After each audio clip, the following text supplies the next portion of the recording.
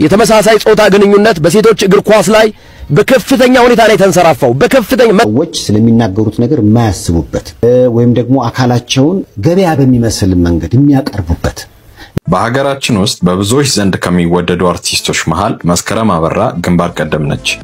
ነውር ጌጥ የሆነበት እኔ ካለ እዚህ ሀገር ፈልጋችሁ ብታስሩትና ዜና ላይ ብናየው ደስ ይለኛል። በጣም ተደፋፈርን። ሰላም ቤተሰቦች እንዴት ናችሁልኝ? ደህና ናችሁልኝ? እኔ ደህና ነኝ። ክብሩ ይስፋ ብያለሁ። ቤተሰቦች ዛሬም እንደተለመደው ለእናንተ ወቅታዊ አዳዲስ መረጃ ዘል ቪዲዮዎች ይዤላችሁ መጥቻለሁ። አብራችሁን ቆዩ። ለቻናሉ አዲስ ሆናችሁ ሰብስክራይብ የምትሉን በተን በመንካት ቻናሉን ፋሚሊ መሆን እንዳይረሳ። ቤተሰቦች ወደ ቪዲዮቹ እንሄዳለን። አብራችሁን ቆዩ።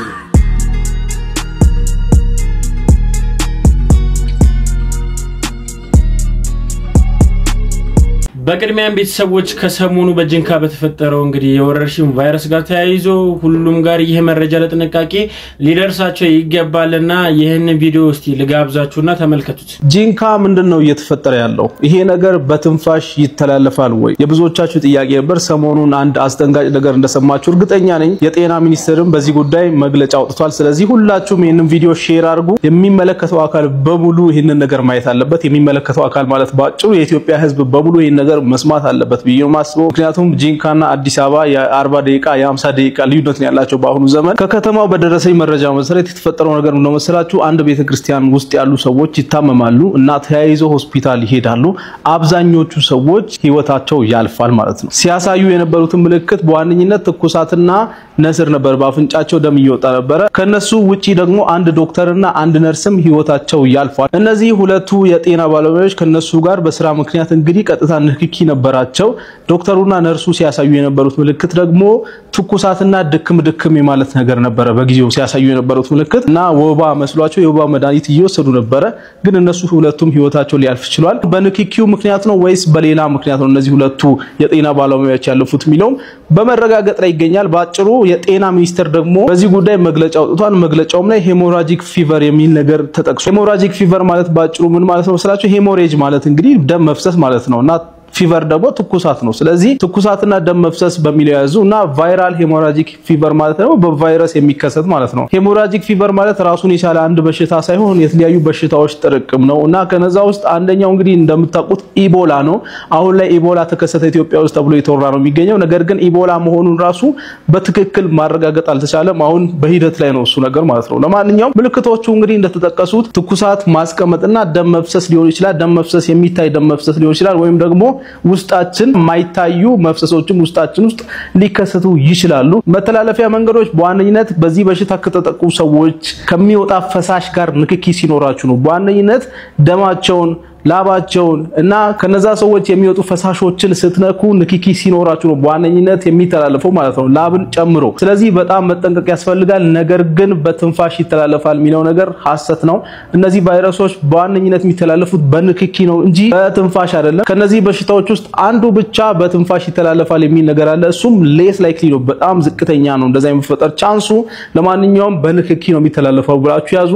በጣም ጥንቃቄ ማድረግ አለባችሁ። እንደዚህ አይነት ምልክቶች ያሏቸው ሰዎች ካሉ ቶሎ ብላችሁ ወደ ጤና ተቋም መውሰድ ይኖርባችኋል። እናም እናንተም ደግሞ ጥንቃቄ ማድረግና የሚወጡ መረጃዎችን መከታተል ይኖርባችኋል ማለት ነው።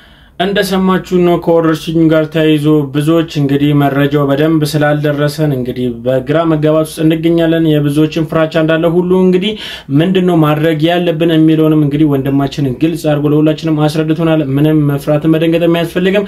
ተገቢውን ጥንቃቄ ከወሰድን እንግዲህ ምንም አይነት ወይም ደግሞ በሽታው የመተላለፍ እድሉን ልንቀንሰው እንችላለን ማለት ነው። ለማንኛውም ጤናውን ፈጣሪ ያድለን ብዬ እዚህ ጋር ሐሳቤን መስጠት ፈልጋለሁ። ተጨማሪ ቪዲዮዎች አሉ ልጋብዛችሁ። አማን የሙት ይሄን ሶፋ ከ15000 ብር በላይ አልገዛም። ስንት እንደገዛው ታውቂያለህ እንዴ? በዛ ላይ ገና 6 ወሩ ነው። ጎርተዋል እኮ ታዲያ ኮስ ያየን እንኳን ስንት ነው ስንዘልበት የነበረው። ቲቪውን ሸጥከው እንዴ? እሺ ዳይኒንግ ቴብሉን ስንት ወስዷል? ከለሩ እኮ በጣም ነው የሚያስጠላው። እንዴ አንተ ራስህ አይደል እንዴ ያኔ ስንገዛው የመረጥከው? አረን ያኔም ቢሆን እናንተ ያምራል ስላላችሁኝ ነው ግን ዞሮ ዞሮ ለማዘር መታከም አይደል የሚሸጠው በቃ 10 ሺህ ልግዛ አንዳንድ ሰዎች እንዲህ ነን የሆነ ሰው ተቸግሮ ካየን ለምን አብሮ አደግ ጓደኛችን አይሆንም በችግሩ ልንበለጽግበት በማጣቱ ልንጠቀምበት ቀዳዳውን ፈልገን ድክመቱን መዝግበን እንነግረዋለን ትላንትን ረስተነው ያሳለፍነውን ሽረነው ወዳጃችን ጋር አብረን ባሳለፍንበት አንድ ቦታ ላይ ሁለት አይነት ሰው ሆነን ብቅ እንላለን የደስታ ጊዜው እንዳለፈ ሁሉ የወዳጃችን የችግሩ ጊዜ የማያልፍ ይመስለንና ልክ እንደማይተዋወቅ ሰው አዲስ ማንነትን ተላብሰን አዲስ ሰው እንሆንበታለን በተለይ የወደቀበት ጉድጓድ ሰፊ አወዳደቁ መቼም እንደማይነሳ መስሎ ከተሰማን ወዳጃችንን ለመካድ አፍታ የማንወስድ ብዙ ሰዎች አለን መርሳት የሌለብን ግን ማንንም የቆመ ቢመስለው እንዳይወድቅ ይጠንቀቅ የሚለው ነው ብዙዎቻችን በህይወታችን ውስጥ እንግዲህ የተለያዩ ጓደኞች ልንይዝ እንችላለን የቅርብም የርቀትም ጓደኞች ይኖሩናል እንደዚህ አይነት ጓደኞች ሲኖሩን ደግሞ ምን ማድረግ እንዳለብንም አናቅም እኔ አንደማቆ ነገር ፈጣሪ እንግዲህ መልካሙን ሰው ከኔ ጋር ያቆየው ብዬ ነው እንግዲህ ምጸልየው ሌላ ምንም ማለት አይቻልምና የሰውን ውስጣዊ ማንነቱን ስለማይታወቅ ነው በወድቀታችን ላይ ግን ለመንገስ የሚሞክሩት ግን ጓደኞቻችን እነሱ ጓደኛ ሲሆን ጠላት ናቸውና ከእንደነዚህ አይነት ሰዎች ራሳችንን እንጠብቅ ፈጣሪም ይጠብቃል ሌላ ምንም ማለት አልችልም በተጨማሪም ደግሞ የሰሞኑ ሌላኛው መነጋገሪያ ብዙዎችን ያነጋገረ እንዲሁም ደግሞ ከማነጋገርም አልፎ የብዙዎችን ምላሽንም ሲጠብቅ የነበረ ጉዳይ ነበር እሱም በሰይፉና በአዶናይ ጉዳይ በቲክቶክ አዋርድ የተነሳ የነሱ ግጭት እንግዲህ አሁን ላይ የገነነ እየመጣ ይገኛል አዶናይ ምላሽ ሰጥቷል ሰይፉም እንግዲህ ከዛ በኋላ ዝምታውን መርጧል እውነት ነው ተገቢ ነው እኔ ግን በዚህ ጉዳይ ላይ ብዙዎች ሐሳባቸውን እየሰጡበት ነበር አዶናይ ልክ ነው ሰይፉ ልክ ነው ይያሉ እኔ እሱኛውን አይደለም ጉዳይ ማረገው ጉዳይ የአዶናይ መግለጫ ወይም ደግሞ የኛ ወገንተኝነት ከምን ተነስተን ነው እስቲ ቪዲዮ ልጋብዛችሁና ምን ይመስል ቪዲዮ ልጋብዛችሁና ሐሳባችንን እንሰጥበታለን ነውር ጌጥ የሆነበት ሰዎች ስለሚናገሩት ነገር የማያስቡበት ወይም ደግሞ አካላቸውን ገበያ በሚመስል መንገድ የሚያቀርቡበት ነገን ታሳቢ ያላረገ እኔ አንዳንዶቹ በጣም ያሳዝኑኛል ምክንያቱም እነዛ ሰዎች ዛሬ ላይ ቆሞ ነጋቸው ምን ሊሆን እንደሚችል አልገመቱም ነገ የምትሰደብበትን ነገ የምትወቀስበትን ከትልቅ ማዕረግ የምታንስበትን መጥፎ ነገር ዛሬ ላይ ማድረግ ማለት ነው ባነጋገር በድርጊት በብዙ ነገር የተወላገደውን ሰውዬ ጀግና ያልነው ቀን ከታች የሚመጣው ሰው ጀግንነት ወይም ደግሞ የጀግንነት መመዘኛ የሚመስለው እሱ ነው ስለዚህ አነጋገሩም ስነ ምግባሩም በነውር ማጌጥ ይጀምራል ያኔ ትውልድ ይበላሻል ብዙ ሰዎች ሰይፉ ፋንታውን አዶናይን በአሽሙር ነክቷል ብለው ጥያቄ ያነሱበት ኢንተርቪው ይሄኛው ፓርት ነው ሁለት ጥያቄዎችን እናንሳ ሰይፉ ፋንታውን ቲክቶክ ላይ ጥሩ የሚሰሩ እንዳሉት ሁሉ መጥፎ የሚሰሩ ስርዓት የሌላቸው በንግግርም በተግባርም ብዙ መጥፎ ነገር የሚሰሩ ልጆች አሉ አለ ከዚህ ውጪ ስም አልጠራም እከሌ ነው አላለም ሶ እናንተ አዶናይን በአሽሙር ነካ ያላችሁበት ምኑ ጋር ነው እናንተ እንዳላችሁት አዶናይን በአሽሙር ነካ ከሆነ አንድ አዶናይ እንደዛ አይነት ሰው ነው ማለት ነው አዶናይ ስርዓተ ቢስ ነው ንግግሩ ተግባሩ ብዙ ነገሩ ሰይፉ እንዳለው አይነት ሰው ነው እንደዛ ከሆነ አንድ ሰይፉ ልክ ነው እንደዛ አይነት ሰው ካልሆነ ደግሞ እናንተ ናችሁ አሽሙር ብላችሁ የለጠፋችሁበት እንጂ ሰይፉ የሚያወራው ስለሌላ ሰው ነው ማለት ነው ተረዳችሁ ንግግሩ አዶናይን ይመለከታል ካላችሁ አንድ አዶናይ እንደዛ አይነት ሰው ነው ማለት ነው አይ አዶናይ እንደዛ አይነት ሰው አይደለም ካላችሁ ደግሞ ይሄ ንግግር የሚመለከተው እሱን አይደለም ማለት ነው that's all እንዳያችሁት ነው የሶሻል ሚዲያ ተጽዕኖ አሁንም እንደቀጠለ ነው በሰይፉና በአዶናይ ጉዳይ እንግዲህ መሃላቸው ገብቶ በማከላቸው ሰፊ ክፍተትና ግጭት እንዲፈጠር የሚያደርገው ያው ሶሻል ሚዲያ ነው ነገር ግን ለናስተውል የሚገባው ወንድማችን እንደገለጸው እኛ ለማንም መወገን የለብንም ሲቀጥል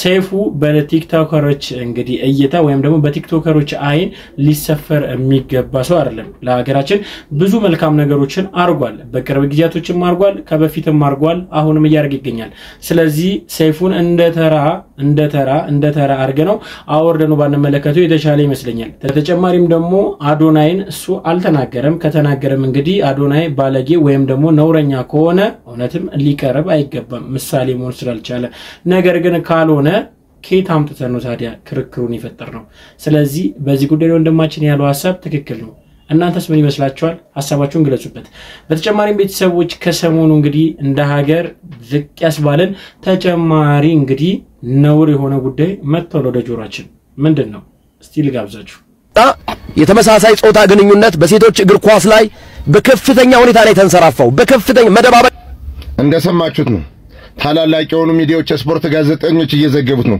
ፈርተውት ነው እንጂ በኢትዮጵያ ቴሌቪዥን ቢነገር ባነሰው። እኔ እነን ትግል የጀመርኩት የአዲስ አበባ የክለብ ጋርዶች በብዛት ያውቃሉ። 2005 የክለብ ስራ ባውንሰርነት ስቀላቀል ባገኘዋቸው ቦታ ተመጣጣኝ እርምጃ ወስድባቸው ነበር። ብቻዬን አይከሱም። የሆኑትን ሆነው ሩጠው ወደ ቤት ነው የሚሄዱ ፊታቸውን ከልለው። ሽንት ቤት ተዘግቶ ሲቆይ እጠራጠራለሁ። ሴት ለሴት የማይሆን ነገር እያደረጉ ነው። እዛኛውም ሽንት ቤት ሲቆዩ እጠራጠራለሁ። ወንድ ነው እያደረጉ ነው። የሚሆኑትን እየሆኑ እየተሯሯጡ ነው የሚሄዱ። ያስኳቸውን ይዤ በጀርባው ወስጄ ሚስጥር አስወጣቸው ነበር። በቴሌግራም ግሩፕ አለን፣ በዋትስአፕ ግሩፕ አለን፣ በኢንስታግራም ግሩፕ አለን፣ ምልክት አለን። ክለብ ስንወጣ እጃችን ላይ የምታብረቀርቅ ነገር እዚህ በፊት ተናግሬዋለሁ። ዲም ላይት የምትመስል ነገር እናደርጋለን ወይ በቲሸርት። ወንዶችስ ስላቸው ሴቶችን ነው የምጠይቃቸው። ወንዶችስ ያለ ካልስ ጫማ ያደርጋሉ። እግራቸውን ቁርጭምጭሚታቸውን የሚያሳይ የሚያማምሩ ቆዳ ጫማዎች ያደርጋሉ። ያ ምልክታችን ነው። እምንወጣ አዲስ ግሩፕ አባል አጠጥተን ጋብዘን ይዘን ለመሄድ ነው። ዛሬ ጊዜ በሚዲያ ወጡ ስፖርት ጋዜጠኞች እያወገዙት ያለው ነገር ሌት ሆኗል። በዚህ ውስጥ እነማን እንዳሉበት ብነግራችሁ ትደነግጣላችሁ። አርቲስቶች፣ የሜካፒስት ባለሙያዎች ከአንድ እስከ 5 በሚባል ደረጃ በሀብት ማማ ላይ ያሉ የኢትዮጵያ የባለ ሀብት ልጆች አሉበት።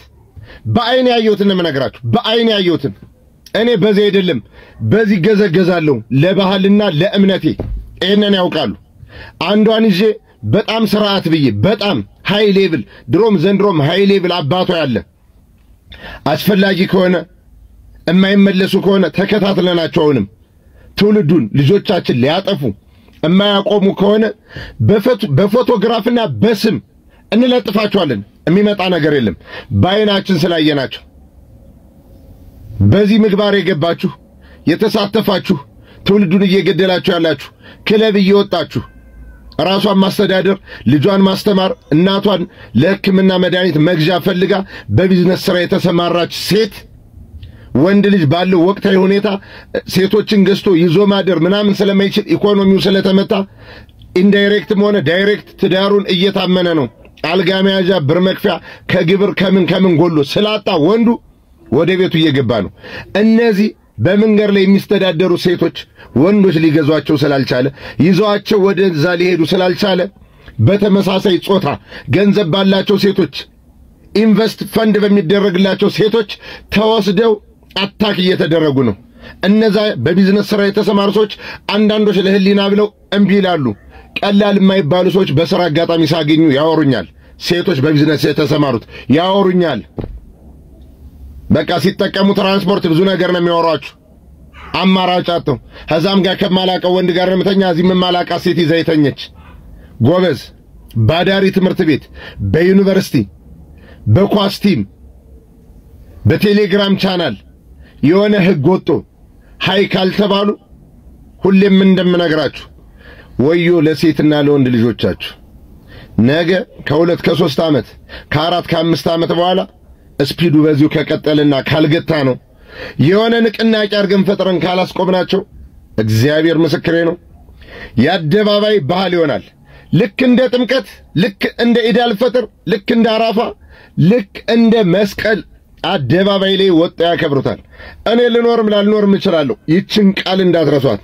ሴት ልጅህ የሆነ ቀን ትምህርት ቤት ልታስመዘግባት ስትሄድ ጾታ በፍቃዷ ነው የሚባልበት ጊዜ እየመጣ ነው። ወንዱን ይዘው ስትሄድ ሜል ነው ፊሜል ሲባል ራሱ ይሙላ ነው የሚባል። ያኔ አንገትክን ደፍተህ ቁማር እንደተበላ ባላገር ከምታለቅስ እኔ ታገል። በሜካፕ ስራላችሁ፣ በፊልሙ ትወናላችሁ፣ በጣም የባለሀብት ልጆች አላችሁ። ዘመናዊነት ተብሎ ባዳር ትምህርት ቤት ፕሮቲን እየበላችሁ ሞርቶዴላ ቺዝ እየበላችሁ ቺክን እየበላችሁ ሆርሞናችሁ ኦቨር ሲያመነጭ ሴቶች በጋራ ሆናችሁ በገስታውስ ቤት ተከራይታችሁ እድሜያችሁ ከ15 እስከ 20 የምትሆኑ ሴቶች በየገርጁ ለቡ ሳር ቤት እየተከታተልናችሁ ነው። ቃለ ሰማይ ቃለ ምድር። እናንተ በጣም ረቀቅን ብትሉ ዱርየነትን ከናንተ በፊት ነውና የጀመርነው። በምትገቡበት ቤት ባላወቃችሁ ሰው በቀጠራችሁትና በምታምኑት መስቀል ፍላወር ሽሻ ቤት እየከፈታችሁ ወንዶች ብቻ የሚጣበሱበት ወንድ ከወንድ እንመጣባችኋለን። ለምን ካላችሁ እኔ ገብረ ኢየሱስ ነኝ። የተፈጠርኩበት ዓላማ እንደዚህ አይነቱን ነገር ድራሹን አጥፍቶ መጥፋት ነው። ኮፒ ሊንክ ሸር አድርጉ። ኮሜንት ላይ ምን ብላችሁ ትጽፋላችሁ? ልጆች ያላችሁ ነገ መውለድ የምትፈልጉ ይህን ዓላማ ፍጹም ከእምነቴ ጋር እስላም፣ ክርስቲያን፣ ፕሮቴስታንት ሆናችሁ የምታወግዙ ሰዎች ሕገ መንግሥቱ ጥብቅ እርምጃ ሊያወጣ ስለሚገባ ሕግ ይውጣልን፣ መቀጣጫ ይሆኑልን፣ ሕግ ይውጣልን። የሚመለሱ ይመለሱ። እግዚአብሔር ይቅር ባይ አምላክ ነው። የሚመለሱ ግርማቸው እንዳለው ይመለሱ። 17 ዓመት ሆነ ስታገላችሁ። ዛሬ በሚዲያ የወጣሁት በየክለቡ በየመኪናው ለሊት 9 ሰዓት 8 ሰዓት 4 ሴት ስትሳሳሙ ያለው 4 ወንድ ሲሳሳሙ ያለው እኔ ማን ነኝ? አቁሜ እንዳልገጫቸው እንዳልገለብጣቸው እኔ ማን መፍት ሰጠኝ? የሆነ ቦታና ሌብል ላይ ቢሆን እዛው ላይ ኢሚዲየትሊ አክሽን ወስድባቸው ነበር። ቃል ለሰማይ ቃል ለምድር። ግን እኔ ማን ነኝ? እነሱ 4 ናቸው። ስርዓት ብዬ ባጋጫቸው ነፍሳቸውን ባጠፋቸው የሚጠይቀኝ አካል እኔ ነው። አንተ ማን ነህ? ማንንም አይደለሁም።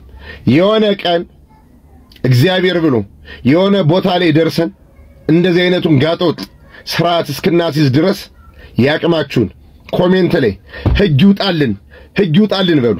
ምንስ ላይወጣም ይችላል። እናንተ ግን በሉት። ከእናንተ ይቅር። ገብረ ኢየሱስ ነኝ። እመላለሳለሁ። በየ3 ቀኑ በየ5 ቀኑ ይህን ቪዲዮ ሰራበታለሁ። ቁጥራችሁ በዝቷል። ዛሬ ክለብ ላይ ከሚወጡት 40 ሰው እናንተ ናችሁ።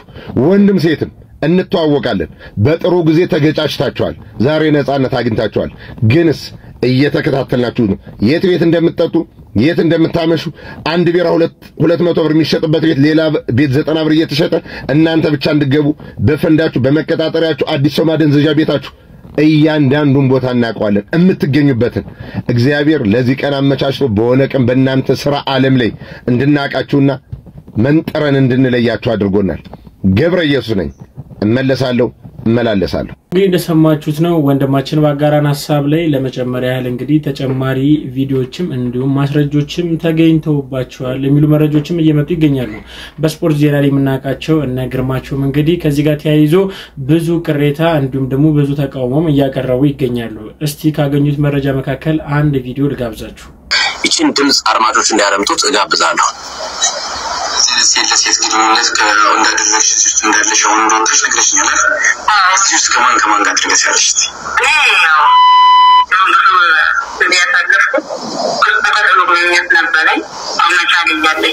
ከማን ጋር መቻል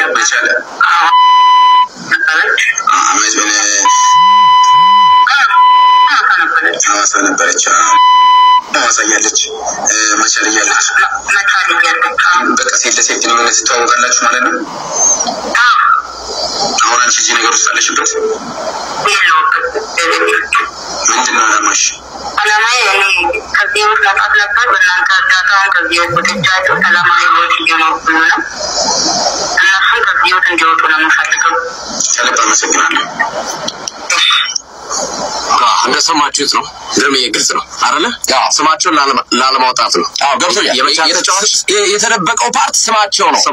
ቲን የሚለው ስማቸው ነው። አውቀን ነው የብሔራዊ ቡድን ተጫዋቾች ናቸው ስማቸው የተጠሩት እና ለዛ ነው ይህንን ነገር ማድረግ የመረጥነውና ወደፊት ግን እናወጣዋለን። በዚህ የማይቆም ከሆነ ወደፊት በደንብ የምናወጣው ነው የሚሆነው እና እጅግ የሚያሳፍርና የሚያሳስብ ነው ይሄ ጉዳይ።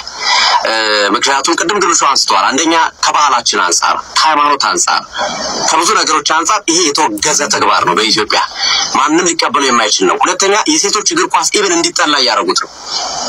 ልጆቻቸው የሴቶች እግር ኳስ መጫወት ቢፈልጉ እንኳን በዚህ ምክንያት እንዳይሄዱ የሚከለክሉ ወላጆች እየበዙ ነው። እንደዚህ ነገሮች እየተመለከቱ በመሆኑ ምክንያት ማለት ነው እና ይሄ ነገር አሁን በቃ ሊባል ይገባል። በነገራችን ላይ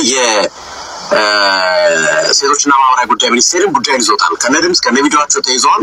በግ ክትትልና በምክር የሚታለፉ በምክር በግ የሚጠይቁት በግ እንዲጠይቁ ለማድረግ ከፍተኛ እንቅስቃሴ እየተደረገ ነው ያለው። እንደሰማችሁት ነው ያጋሩን የድምጽ ግጂን ማስረጃን ተከትሎ እንግዲህ ብዙዎች ቅሬታቸውን እያሰሙ ይገኛሉ። ጋዜጠኞችም ይህን ማስረጃ ካቀረቡ በኋላ ብዙዎችም እንግዲህ ከጎናቸው ቆሞ የነሱን ቅሬታና የነሱን ተቃውሞም አንድ ላይ እንግዲህ ተቀላቅሏቸዋል። እናንተስ ከዚህ ጋር ተያይዞ ሐሳባችሁን ግለጹ። ግለጹልኝ። ይህ በሀገራችን ጭራሽ ሊደረግ አይደለም ሊታሰብ የማይገባ እጅግ በጣም ጸያፍ የሆነ ድርጊት ነውና እባካችሁን እንደዚህ አይነት ድርጊት ላይ ያላችሁ ሰዎች ደግሞ ተመለሱ። ቢያንስ ሰው ሆነን እንሙት፣ ሰው ሆነን እንኑር። ቢያንስ ወደ ሰዋዊነት ብንመለስ ጥሩ ነው ብዬ እኔ ሐሳቤን ሰጥቶበት። በተጨማሪም ቤተሰቦች እንግዲህ የሰሞኑ ሌላኛው መነጋገሪያ ጉዳይ የሆነችው የመስከረም አበራ ጉዳይ ነው። መስከረም አበራ እንግዲህ አሁንም በተለያዩ ሶሻል ሚዲያ የሷ ስም መነሳቱ እንደቀጠለ ነው። ከሰሞኑ ደግሞ በቲክቶክ ፕላትፎርም ላይ ሲዞሩ ከነበሩ የሷ ቪዲዮዎች መካከል አንዱን ለጋብዛችሁና ሐሳባችንን እንሰጥበታለን። በሀገራችን ውስጥ በብዙዎች ዘንድ ከሚወደዱ አርቲስቶች መሃል መስከረም አበራ ግንባር ቀደም ነች። በስራዎቿም ሆነ በየኢንተርቪዎቿ ቀርባ በምትናገርበት ወቅት ባላት እርጋታ የብዙዎች ልብ ውስጥ ገብታለች። አሁን በተለይም በስንቱ በተባለው ሲትኮም ላይ መስራት ከጀመረች ወዲህ የቤተሰባችን አንድ አካል እስክትመስለን ድረስ ተዋህዳናለች ብንል ማጋነን አይሆንም። ስለ መስከረም ያልተሰሙ በርካታ ሚስጥሮችን በቅርብ ሰዎቿ አግኝተናል። ወደ ኪነ ጥበቡ ዓለም ከገባችበት ጊዜ አንስቶ ሴቷ ሄኖክ ድንቁ እስከመባል ስላደረሳት ጉዳይ በስፋት የምንነግራችሁ ይሆናል። 5 የጥበብ ህይወቷ ለቴድሮስ ራእይ ቲያትር ተመለመለች። አስገራሚ የትወና ብቃቷም አንድ ብላ የጀመረችው በዚያ ጊዜ ነበር። ለቃቂ ውርደት ለተሰኘ ቲያትር ታጨች። ከዛም ከትዳር በላይ ፍቅር የተራበ የአሻ ልጅ ቲያትር ሰራች። ቤቶች፣ መለከት፣ አሜንና አመል ተከታታይ ቲቪ ድራማዎች ተውናለች። ምን ልታዘዝ እንዲሁም በአይነቱና በይዘቱ የሚለየው በአብሪኮም መልቲሚዲያ የተዘጋጀው የእግር እሳት ድራማ ላይ ድንቅ ብቃቷን አይተናል። 4 ከትወና ባሻገር አብዛኞቻችን እንደምናውቀው ተዋናይት መስከረም አበራ ከቲያትር መድረክ እስከ ፊልም ትወና ድረስ ብቃቷን ያሳየችን ድንቅ ሴት ተዋናይት ናት። ሀገራችን ውስጥ ካሉ ምርጥና ስክሪፕት መርጠው ከሚሰሩ ተዋናይንም መሃል ትመደባለች። አሁንማ ታዋቂ ዳይሬክተሮች ሁሉ ሳይቀሩ ፊልማቸውን እንድትተውንላቸው ደጇን የሚያንኳኩ ቁጥራቸው ጥቂት አይደለም። በእነዚህ ስራዎቿም በርካታ ገቢ የምታገኝ ሲሆን ከቅርብ ጊዜ ወዲህ እየተለመደ የመጣ ነገር ቢኖር አርቲስቶች በስፋት ወደ ማስታወቂያ ስራ እየገቡ እንዳለ የሚታወቅ ነው። ከ6 ወር እስከ 1 ዓመት ለፍተው የሚያገኙትን ገንዘብ በደቂቃዎች ስለሚያገኙት ያላቸውን ዝናና ታዋቂነት በመጠቀም ለትላልቅ ድርጅቶች በረብጣ ገንዘብ ምርቶቻቸውን የሚያስተዋውቁላቸው ሲሆን ከነዚህም መሃል አርቲስት መስከረም አበራ ለበርካታ ድርጅቶች ብራንድ አምባሳደር በመሆን ታገለግላለች። 3 የሙዚቃ ችሎታዋ የማይሆን አለ ይሆናል ወይ ሳይታለ አርቲስት መስከረም አበራ ከተወና ችሎታዋ ባሻገር የሙዚቃ ችሎታዋ የሚያስገርም ነው። አንዳንዴ ከአንድ በላይ ችሎታዎችን የታደሉ ሰዎችን መመልከት አዲስ ባይሆንም እንደነ መስኪ ያሉ ግን ከሚታወቁበት በተጨማሪ በሌላ ነገር ሲታዩ ከአድናቆት ባሻገር የሚያስገርም ነው። ለዚህም ነው በበዓል ሰሞን በኢቢኤስ ቲቪ ለመጀመሪያ ጊዜ ስታቀነቅን ስትታይ ብዙሃን አድናቂዎቿን ያስገረመችው። 2 ስኬቶቿ የዓመቱ ምርጥ ተዋናይት መስከረም አበራ ሂልተን ሆቴል በተካሄደው የለዛ አዋርድ የ2016 ለዛ ሽልማት የ2016 ተከታታይ ቴሌቪዥን ድራማ በበስንቱ ሲትኮም ምርጥ ሴት ተዋናይ ዘርፍ ተዋናይት መስከረም አበራ ያሸነፈች ሲሆን ከዚህ በተጨማሪ በተለያየ ጊዜ ምርጥ ረዳት ሴት ተዋናይ ዘርፍ ያሸነፈች ድንቅ እንስት አርቲስት ናት። ተዋናይት መስከረም አበራ ከዚህ በተጨማሪ በበርካታ ቋንቋዎች ተተርጉሞ ለአንባቢያን የደረሰውን የአና ማስታወሻ በቲያትር መልክ ሲዘጋጅ በመሪ ተዋናይነት በብቃት የተወነች ሲሆን ከበርካታ አድናቂዎች ዘንድ ስጦታዎችን ተቀብላለች። ስለ መስከረም አበራ እንደሰማችሁት ነው። ብዙ በተለያየ ሶሻል ሚዲያ ስለሷ መጥፎም ጥሩዎችም ይጋራሉ። ነገር ግን የመስከረም አበራ ህይወት እንግዲህ ይህን ይመስላል። ሁላችንም የምንወዳት ሁላችንም እናከብራት እንግዲህ ለሀገራችን አሉ ከሚባሉ የሴት እጩ አርቲስቶች መካከል አንዷ ነችና እንደዚህ አይነት አርቲስትን እንግዲህ ሁላችንም ስለምንወዳት ይህ መረጃ ምናልባት ስለሷ የበለጠ እንድናውቅ ይረዳናል ብዬ ይዤላችሁ መጥቻለሁ። ተጨማሪ ቪዲዮ አለ፣ አብራችሁን ቆዩ። እንዴት ኤቲኤም ማሽን እንደዚህ ብሮችን እንዲተፋ ልናደርግ እንችላለን? የመጀመሪያው ሜትር ጃክፖቲንግ ይባላል። ይሄም ባይ ፊዚካሊ ኮኔክቲንግ ዲቫይስ ቱ ዘ ማሽን ማለት ነው። ውስጡ ፖርት አለ፣ ከፒሲ ጋር ሊሆን ይችላል፣ በስልካችንም ከማሽኑ ጋር ማገናኘት። ከዛም ስፔሲፊካሊ ዲዛይንድ የሆነ ማሽኑን ኮንትሮል የምናደርግበት ማልዌር አለ። ማልዌሩን ከየት እናገኛለን ብላችሁ ካሰባችሁ የጨለመው ዌብ ላይ አቬሌብል ነው። እሱን አክቲቬት ማድረግ እና ማሽኑ ዝም ብሎ ገንዘብ እንዲያስመልስ ማድረግ ማለት ነው። ባንኮች ኦፊሻሊ ይሄ ነው ብለው ያስቀመጡት ስታቲካሊ የሆነ መረጃ ባይኖርም እኔ በግሌ ግን ላረጋግጥ እንደቻልኩት ከ200,000 ብር በላይ እንደማያስቀምጡ ነው።